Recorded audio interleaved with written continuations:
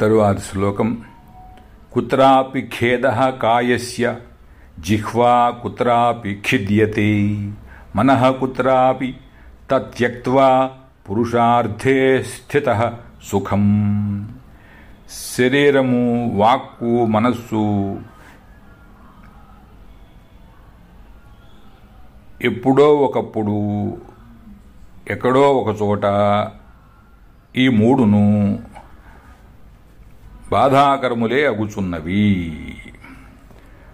అనిత్యమసుఖం లోకం ఏహి సంస్పర్శజా భోగా దుఃఖయోనయ ఏవతే. ఈ సుఖము అనిత్యము, దుఃఖభూయిష్టము. ఇంద్రియ విషయ భోగములు కూడా దుఃఖభూయిష్టములే అని గీతాచార్యులు యొక్క ఉపదేశమే ఇక్కడ జనకుడు ఆచరిస్తున్నారు.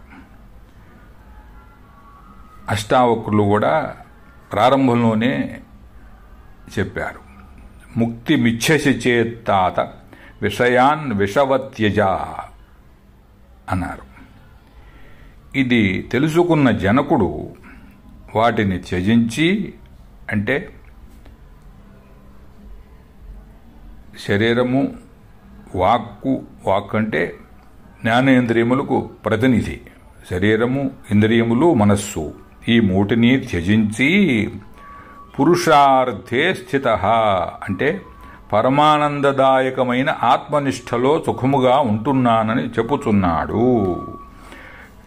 కశ్చిద్ ధీరః ప్రత్యేగాత్మానమైక్షతు ఆవృత్తచక్షు అమృతత్వమిచ్చన్.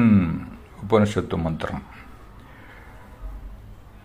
కశ్చిద్ ధీరః అంటే ఎవరో ధీరుడు, బుద్ధిమంతుడు. జనకుడట్టి బుద్ధిమంతుడు కాబట్టే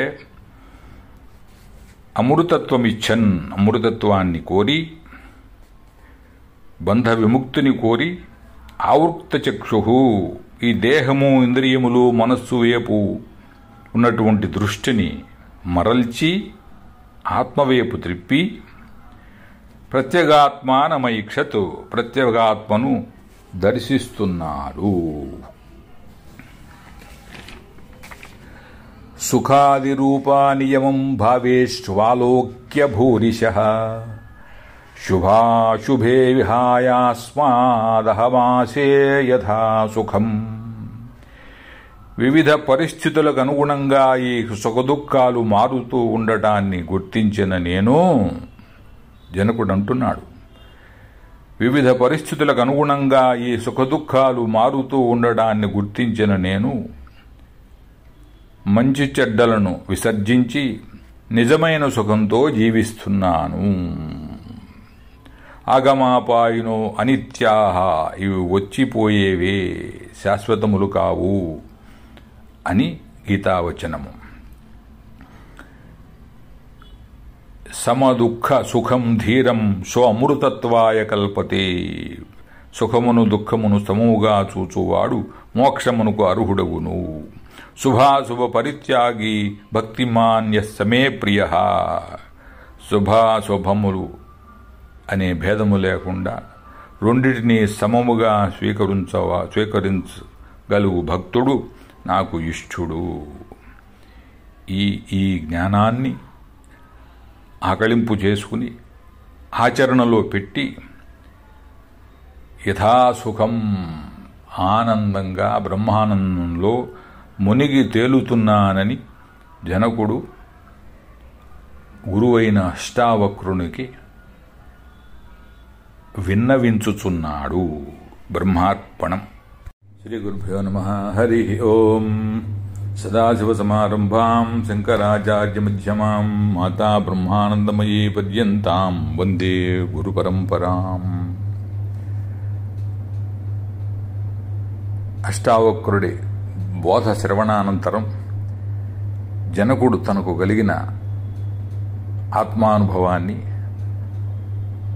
అనేక విధములుగా వర్ణించి చెబుతున్నారు. ఒక అధ్యాయంలో ఏవమేవాహమాస్థితః అనే ఒకటంతో ఏవమేవాహాష్టకం 8 శ్లోకాల్లో తన అనుభూతిని వివరించారు. ఏవమేవాహమాస్థితః, నాకు నేనుగా ఉంటున్నాను, నాతో నేను ఉంటున్నాను. అమ్మ మనకి నిరంతరం చెప్తూ ఉండే మాటలే, ఆ పొడి మాటలే ఇక్కడ సంస్కృత శ్లోకాలలో వివరించబడినాయి. తరువాత ఆ అనుభూతి వివరణ కొనసాగిస్తూ యథాసుఖ సప్తకం అని 7 శ్లోకాల్లో ఏ విధంగా సుఖంగా ఆనందంగా ఉంటున్నాడో తను జనకుడు వివరించారు. ఈ యథాసుఖం అనే భావాన్నే అమ్మ ప్రతి ప్రసంగంలోనూ మనం అంత హ్యాపీగా ఉన్నాం, ఎంతో తేలిగ్గా ఉన్నామర్రా, ఎందుకంటే మనకి విషయం తెలిసింది కదా, అందుకని అందరూ హ్యాపీగా ఉన్నాం, హ్యాపీగా ఉండండి అని చెప్తూ ఉంటారు. ఆ భావాన్ని ఏ విధంగా నిరంతరం హ్యాపీగా ఆనందంగా సుఖంగా ఉంటోంది ఈ యథాసుఖ సప్తకంలో వివరించారు జనకుడు. ఇంకా తన అనుభూతిని ఆత్మానుభూతి ద్వారా సహజ సమాధి స్థితి, దానిలో ఉన్న అనిర్వచనీయ పరమశాంతి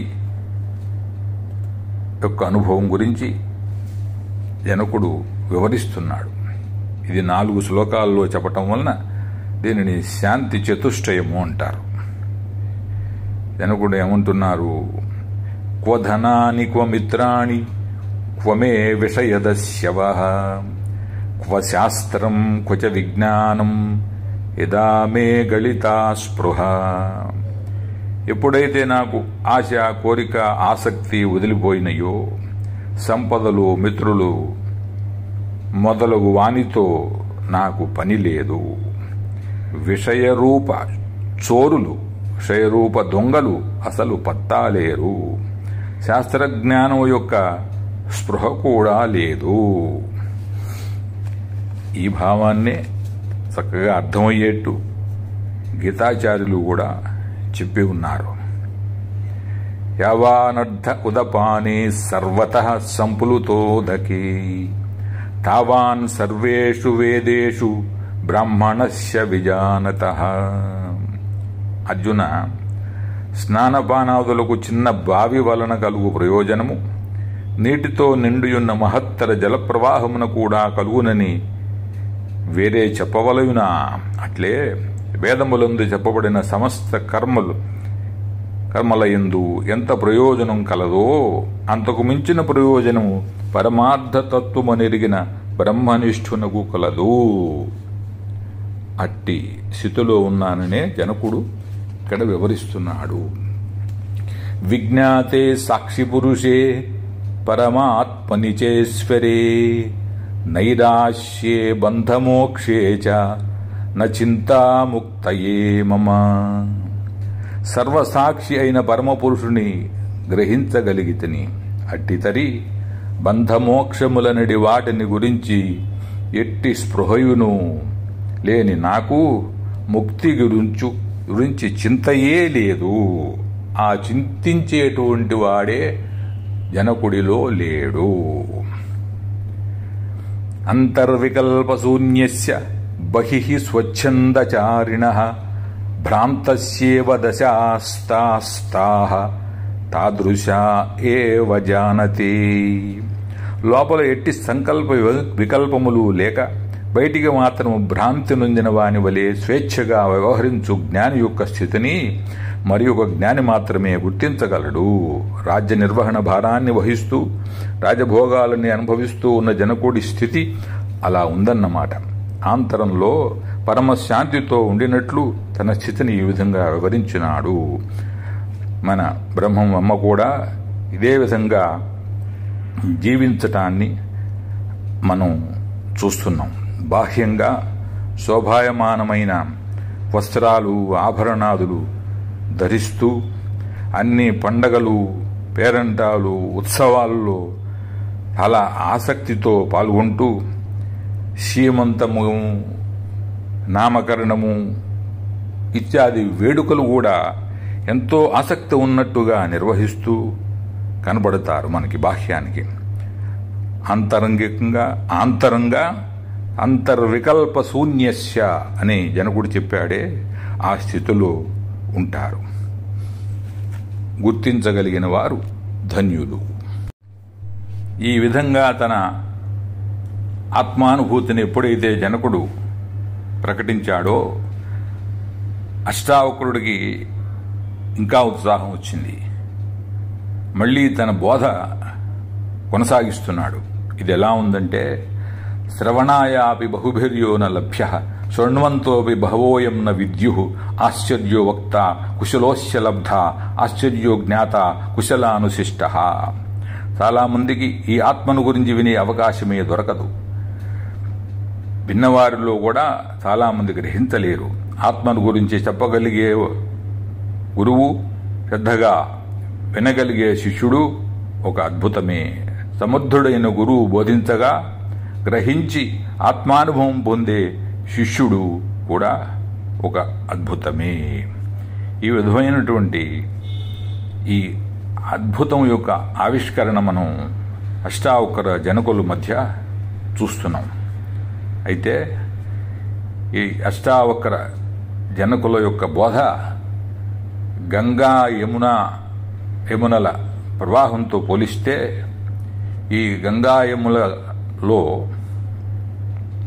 అంతర్వాహినిగా మన అమ్మ బోధిస్తున్నటువంటి ఆ జ్ఞానం సరస్వతి స్వరూపంగా మనకి అనుభవానికి వస్తున్నది. ఈ విధంగా ఈ త్రివేణి సంగమం మనందరికీ బ్రహ్మభావన, జ్ఞాన సాధన, సత్సంగ సభ్యులందరికీ అనుభవంలో వస్తున్నది. నిరంతర బ్రహ్మనిష్టలో ఉంటూ ఆ శుద్ధ అద్వైత జ్ఞానాన్ని మాటలతో చెప్పడానికి వీలు లేనటువంటి, మనసుతో గ్రహించటానికి సంభవం కానట్టి ఆ బ్రహ్మమును గురించిన జ్ఞానము చాలా తేలిక మాటల్లో తను ఆ నిష్ఠలో జీవిస్తూ మనందరికీ అర్థమయ్యేటువంటి భాషలో ఆ అత్యుత్తమ స్థాయి జ్ఞానాన్ని అందిస్తున్న అమ్మ యొక్క బోధ మనం శ్రవణ మనన నిధిధ్యాసలు చేయుట వలననే ఇప్పుడు ఈ మహాసిద్ధులైనటువంటి అష్టావక్ర జనక సంవాద రూపమైనటువంటి ఈ శుద్ధ అద్వైత జ్ఞానాన్ని మనం గ్రహించి ఆకళింపు చేసుకోగలుగుతున్నాం, ఆనందించగలుగుతున్నాం. అస్తు. ఇప్పుడు అష్టావక్రులు మళ్ళీ బోధ ప్రారంభిస్తున్నారు. దీన్ని 20 శ్లోకాలతో కూడి ఉన్నది కాబట్టి దీన్ని తత్వోపదేశ వింశతికము అన్నారు. ఏమంటున్నారు? యథా తథోపదేశేన కృతార్థ సత్వబుద్ధిమాన్ ఆజీవమపి జిజ్ఞాసు పరస్తత్ర విముహ్యతి. సుసంస్కృతమైన మనస్సు కలవాడు సత్యాన్వేషికి, సుసంస్కృతమైన మనస్సు కలిగినటువంటి సత్యాన్వేషికి ఆత్మతత్వం ఏ విధంగా ఉపదేశింపబడినా వెంటనే గ్రహించగలడు. మిగిలిన వారు జీవితాంతము అధ్యయనం చేసినా గ్రహించలేరు.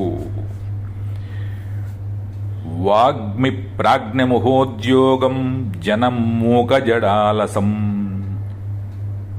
కరోతి తత్వబోధోయం అతస్త్యక్తో బుభుక్షుభిః. ఈ తత్వబోధ క్రియాశీలురను చక్కని వాక్పటిమగలవారిని మూగవానిగా, జడసమునిగా, సోమరిగా మారుస్తుంది. కాబట్టి విషయభోగ వాంఛారతులైన వారు ఈ జ్ఞానాన్ని గర్హిస్తారు, ద్వేషిస్తారు, దూరం పెడతారు. సర్వభూతేషు చాత్మానం సర్వభూతాని చాత్మని విజ్ఞాయ నిరహంకారః నిర్మమస్త్వం సుఖీ భవ. అన్ని ప్రాణులలో చైతన్యంగా నీ ఉన్నావు. చైతన్యమైన నీలో సర్వసృష్టి ఉంది. దీనిని తెలుసుకుని అహంకార మమకార రహితుడివై సుఖమునందుము. ఇదే జ్ఞానాన్ని మనకి ఈశావాస్యోపనిషత్తులో ఒక మంత్రం చక్కగా వివరిస్తోంది. యస్మిన్ సర్వాణి భూతాని ఆత్మైవా భూద్విజానతః తత్ర కో మోహః కః శోకః ఏకత్వమనుపశ్యతః. సర్వప్రాణులను తన స్వరూపముగానే దర్శించిన వానికి, అంటే ఆత్మ లేక బ్రహ్మము తప్ప రెండవది లేదు అని తెలుసుకున్న వానికి శోకమోహములు ఎట్లు కలుగును? రెండవది ఉంటే గదా శోకము గాని, మోహము గాని, రాగద్వేషము గాని కలుగుటకు.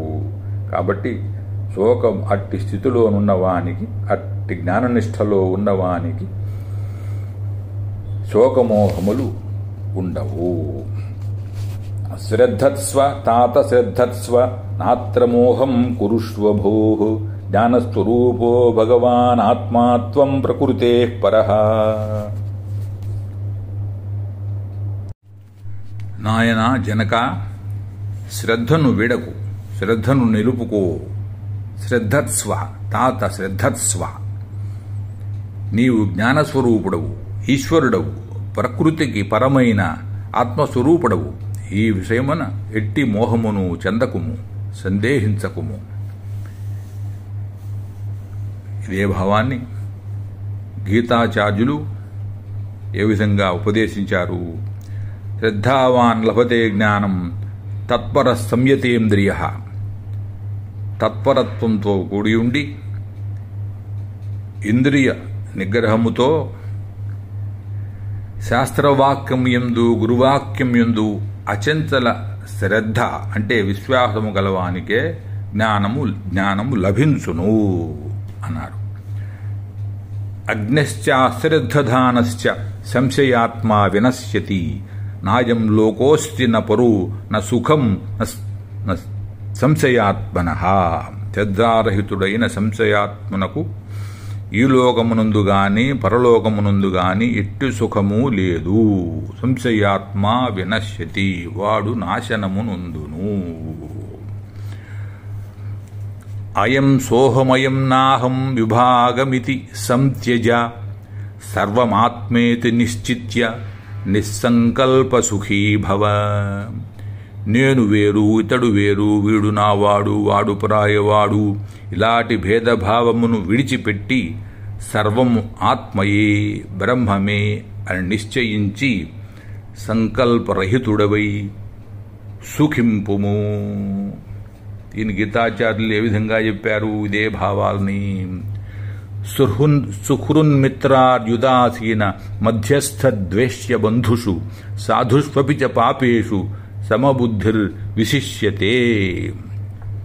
ఎవరు శ్రేయోభిలాషుల యందు, మిత్రుల యందు, శత్రువుల యందు, ఉదాసీనుల యందు, మధ్యస్థుల యందు, ద్వేషింపదగిన వారి యందు, బంధువుల యందు, ధర్మాత్ముల యందు, పాపుల యందును సమబుద్ధి కలిగియుండునో వాడు మిక్కిలి శ్రేష్ఠుడు. ఈ విధంగా గీతాచార్యుని బోధతో సమన్వయం చేసుకుంటూ వెళ్తుంటే అష్టావక్రుడి బోధ, జనకుడి పలుకులు, జ్ఞానయుతమైనటువంటి జనకుడి పలుకులు మనకి చక్కగా అర్థమవుతున్నాయి. బ్రహ్మార్పణం. శ్రీ గురుభ్యో నమః. హరి ఓం. సదాశివసమారంభాం శంకరాచార్యమధ్యమాం మాతా బ్రహ్మానందమయే పర్యంతాం వందే గురుపరంపరాం. అష్టావక్రులు తన బోధ కొనసాగిస్తున్నారు. త్యజైవ ధ్యానం సర్వత్ర మా కించిద్ధృది ధారయ ఆత్మాత్వం ముక్త ఏవాసి కిం విమృశ్య కరిష్యసి. జనకరాజా, నీవు ధ్యానాన్ని కూడా విడిచిపెట్టవలసిన సమయం ఆసన్నమైనది. మనసులో ఎట్టి ఆలోచనలను సంకల్పములను ధారణ చేయకుము. ఆత్మస్వరూపుడవగు నీవు సదా ముక్తుడవే. నీవు ఇక దేని గురించి విచారణ చేయుదువు? ఏమి సాధన చేయుదువు? యస్త్వాత్మరతిరేవ స్యాత్ ఆత్మతృప్తశ్చ మానవః ఆత్మన్యేవ చ సంతుష్టః తస్య కార్యం న విద్యతే అని గీతాచార్యులు చెప్పినట్లు, నిరంతరము ఆత్మనిష్టలో ఆత్మతో రమించుతూ ఉండేవానికి ఇంకా కర్తవ్యము లేదు అనియే ఇక్కడ అష్టావక్రులు నొక్కి ఒక్కాణించుచున్నారు. ఏక ఏవ భవాంబోధా వాసీదస్తి భవిష్యతి నతే బంధోస్తి మోక్షో వా కృతకృత్యః సుఖం చర. సంసార సముద్రమునందు అంటే ఈ జగత్తులో జనక, నీ ఒక్కడవు మాత్రమే ఇంతవరకు ఉన్నావు, ఇప్పుడు ఉంటున్నావు, భవిష్యత్తులోనూ ఉంటావు. అందువలన నీకు బంధము లేదు, మోక్షము లేదు. నీవు కృతకృత్యుడవు, ఆనందముతో నుండుము. నత్వేవాహం జాతునాసం నత్వం నేమే జనాధిపాః నచైవ న భవిష్యామః సర్వే వయమతః పరం అనే గీతాచార్యుల బోధయే ఇక్కడ అష్టావక్రులు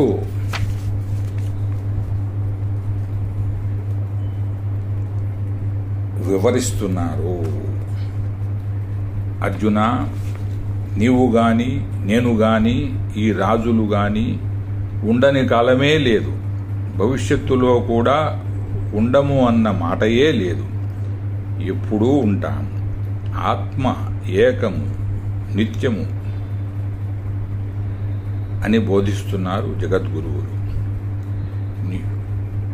అర్జున, నీలో ఉన్న నేను, నాలో ఉన్న నేను, ఈ రాజులందరిలో ఉన్న నేను, ఏకమైనటువంటి ఈ నేను శాశ్వతము. నాసతో విద్యతే భావో నా భావో విద్యతే సతః ఉభయోరపి దృష్టోంతః త్వనయోస్తత్వదర్శిభిః.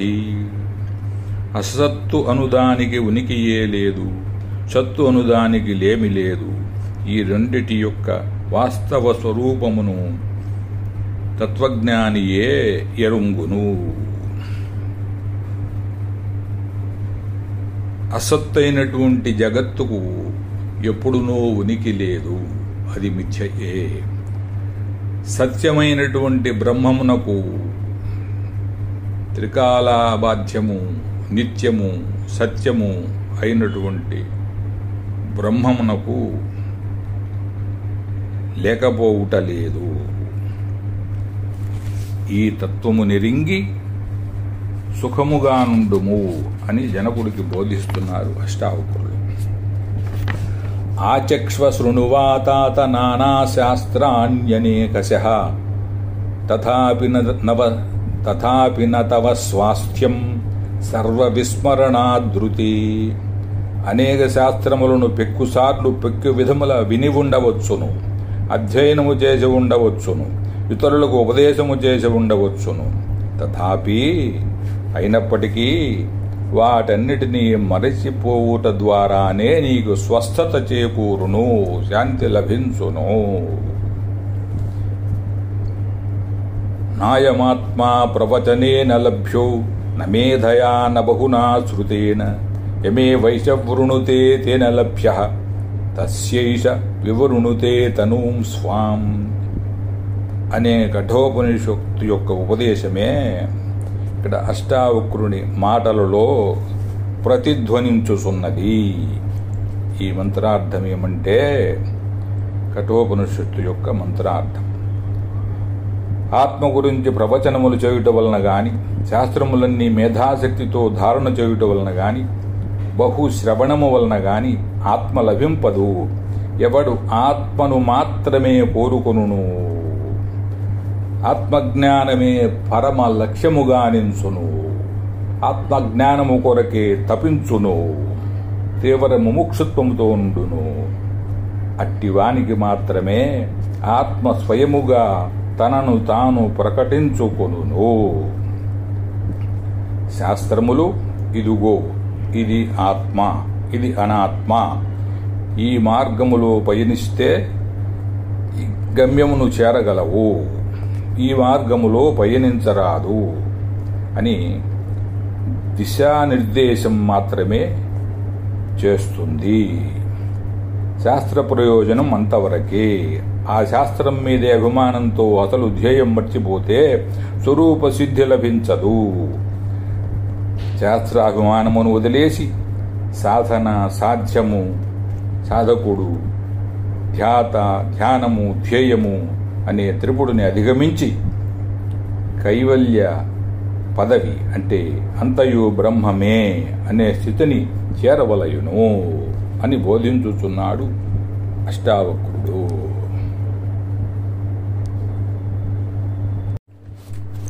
ఆయాసాత్ సకలో దుఃఖీ నైనం జానాతి కశ్చన అనేనైవోపదేశేన ధన్యః ప్రాప్నోతి నిర్వృతిం. ప్రతి ఒక్కడును ఆయాసపడుతూ కర్మలు చేయుతూనే ఉన్నాడు, కానీ దుఃఖమునే పొందుచున్నాడు. కానీ ఈ విషయమును గ్రహించలేకున్నారు. ఈ మాత్రం ఉపదేశం చేతనే ధన్యుడగువాడు వివేకంతో విచారణ చేసి ప్రాప్నోతి నిర్వృతిం పరమసుఖమును పొందుచున్నాడు. చిత్తస్య శుద్ధయే కర్మ నతు వస్తూపలబ్ధయే వస్తు సిద్ధిర్విచారేణ నకించిత్ కర్మకోటిభిః. ఈ భావాన్నే ఆచార్య శంకరులు వివేక చూడామణిలో వివరిస్తున్నారు. చిత్తస్య శుద్ధయే కర్మ, కర్మల వలన అందున నిష్కామ కర్మయోగము వలన చిత్తశుద్ధి కలుగునే గాని నతు వస్తూపలబ్ధయే ముక్తి లభించదు. వస్తు సిద్ధిర్విచారేణ ముక్తి ఆత్మవిచారణ వలన మాత్రమే లభించును. నకించిత్ కర్మకోటిభిః కోట్లాది కర్మల వలన కూడా లభించదు. ఇదే ఉపదేశాన్ని ఆత్మబోధలో కూడా చేసినారు శంకరులు. అవిరోధితయా కర్మ నా విద్యాం వినివర్తయేత్ విద్యా విద్యాం నిహంత్యేవ తేజస్తిమిర సంగవత్. కర్మ అజ్ఞానమును నాశనము చేయజాలదు. ఎలననగా కర్మ అజ్ఞానమునకు విరుద్ధమైనది కానీ వ్యతిరేకమైనది కానీ కాదు. కర్మ అజ్ఞానము పరస్పర శ్రేయోభిలాషులు. కర్తృత్వ భావనతో ఫలాపేక్షతో కర్మలు చేయుట ద్వారా అజ్ఞానము పెరుగును, అహంకారము పెరుగును. అజ్ఞానము అహంకారము పెరుగుట వలన భోగముల యందు కర్మల యందు ఆసక్తి ఇంకా వృద్ధి అగును. ఈ విధముగా పరస్పరము కర్మ అజ్ఞానము పరస్పరము వృద్ధి చేసుకునునే గాని ఒకదానినొకటి నియమించదు. వెలుగు ఎట్లు గాఢాంధకారమును కూడా తొలగించును అట్లే జ్ఞానము వలననే అజ్ఞానము తొలగను.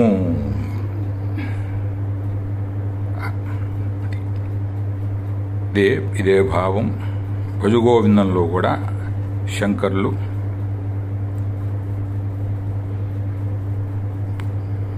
వివరించారు. కురుతే గంగా సాగర గమనం వ్రత పరిపాలనమథవా దానం జ్ఞాన విహీన సర్వమతేన భజతి న ముక్తిం జన్మశతేన. గంగాది పవిత్ర నదుల యందును సముద్రమందును స్నానములు ఆచరించినప్పటికీ, వ్రతములు జరిపినప్పటికీ, దానములు చేసినప్పటికీ ఆత్మజ్ఞానము లేనిచో 100 జన్మలకు కూడా ముక్తి లభించదు. ఇది సర్వమత సమ్మతము. కాబట్టి ఆయాసాత్ సకలో దుఃఖీ నైనం జనాతి కశ్చన అనేనైవోపదేశేన ధన్య ప్రాప్నోతి నిర్వృతిం. ఈ మాత్రం తెలుసుకుంటే కర్మల వలన జ్ఞానము లభించదు. ఈ ఉపదేశాన్ని స్వీకరించి